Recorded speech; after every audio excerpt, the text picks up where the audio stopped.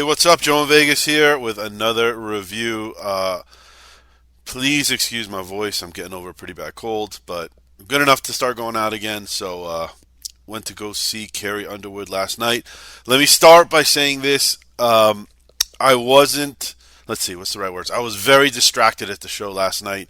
The second I sat down, literally the second the curtain went up, my phone started going crazy, and I looked at my phone, and it looked like Taylor Hawkins from Foo Fighters had died. I'm a huge Foo Fighter fan.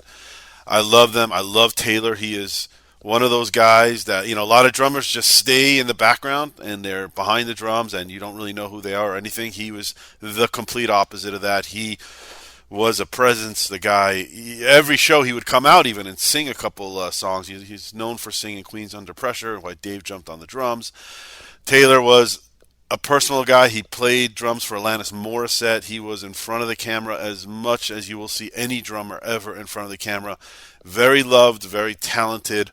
Sadly, I think it's going to be the end of the Foo Fighters. I can't see Dave going on. My heart breaks for Dave. It's the second time in his life he lost his friend and bandmate. So that's a lot for a guy to carry. So it's definitely affected how into the show I got. I was just incredibly distracted emotionally and just looking at my phone and people texting me. But that being said, the show must go on. So rest in peace, Taylor, and back to Carrie Underwood. So what can I say about Carrie? Carrie is it's still amazing. I mean, she's years out of it already, but it's still amazing that she was found on American Idol. To me, it's just she was born to be a star. She has the right sound, she has the talent, she has the look, she has the presence. It's just literally probably the greatest story. Just as her and Kelly Clarkson, where she was literally just plucked out of nowhere. I mean, she was just this thing that was ready to blow, and if it wasn't for these reality shows, nobody would have ever found her. So when you see her up on the biggest stage, Las Vegas, in this brand new theater that's gorgeous, and she just shines, and it's really impressive. It's really impressive. I know she's way past the American Idol days, but at the end of the day, that's where it came from. So digging into the show, that was my first time at Resort World, believe it or not. My first time in that theater, fantastic. I thought it was great. Tickets were cheap. I got them couple hours before the show. I think I paid 130. We were probably in the 15th or 20th row. So great seats, big wide stage. Reminded me a lot of the stage at the Park MGM. Graphics, screens, everything just felt state of the art. Sound was state of the art. So definitely a good time. Easy in, very easy to get in. Resort World's fantastic. I've never been there. Great restaurants, great vibe, wide open, didn't feel packed. So that's my mini review of the Resort World. Okay, she starts right at the gate, out of the gate with the big Cowboy Casanova, one of her biggest hits.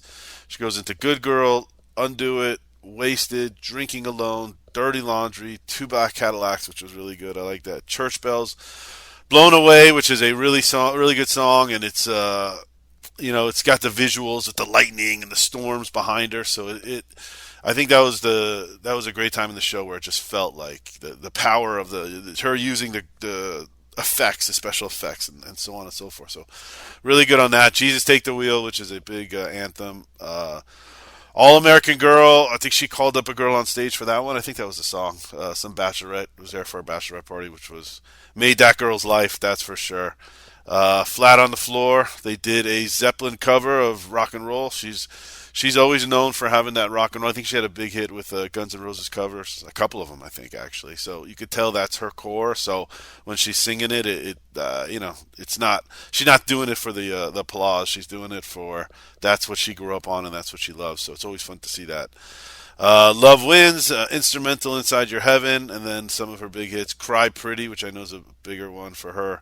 I'm not a huge country fan at all. I enjoy country music. I don't really listen to it around my house, but very much appreciate it. It's in this day and age, some of these rock songs and power ballads, if they fall under country, that's fine, but to me, they sound a lot like some of the 80s, late 80s rock stuff, so it seems like that genre's gone, but it kind of moved over into country. Country to me has just become like, it's got some country flair to it and the lyrics and all that shit, but the focus on guitars and rock beat and focus on lyrics being important was very much the core of that 80s rock scene. And and country grabbed it, it stole it, and it to made it their own. And so if you want to hear music that where the lyrics touch you and the riffs are catchy and you humming it all day long, country is where you go for that stuff right now. There's no doubt about it.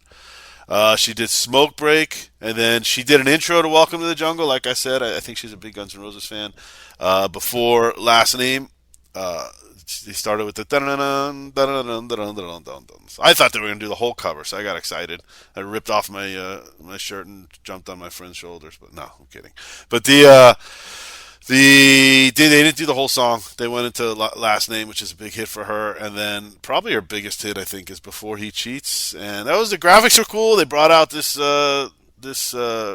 Jeep Wrangler, and all the dancers had like bats, and they were taking swings at the Wrangler. And then at one point, she threw like a match into it, and the whole thing caught on fire, which was pretty nice effects for a venue like that. You don't usually see those kinds of like hardcore pyrotechnic effects in a little venue like that. So that was definitely cool. Then she did the encore, came back out and did Something in the Water.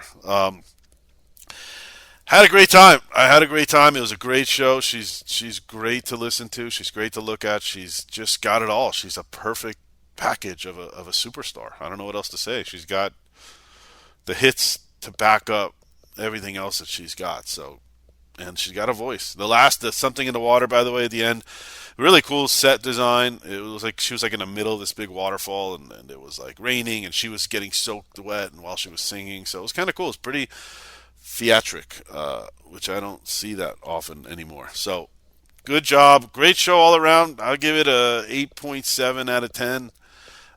Maybe, yeah, probably around there. I like I said, I had to kind of battle through it. I was very distracted with Taylor. It's one of those things like you can't change the news, so just focus on what you got in front of you, which is a great time, and it was a great time. So good show. If you're in Vegas, I highly recommend it.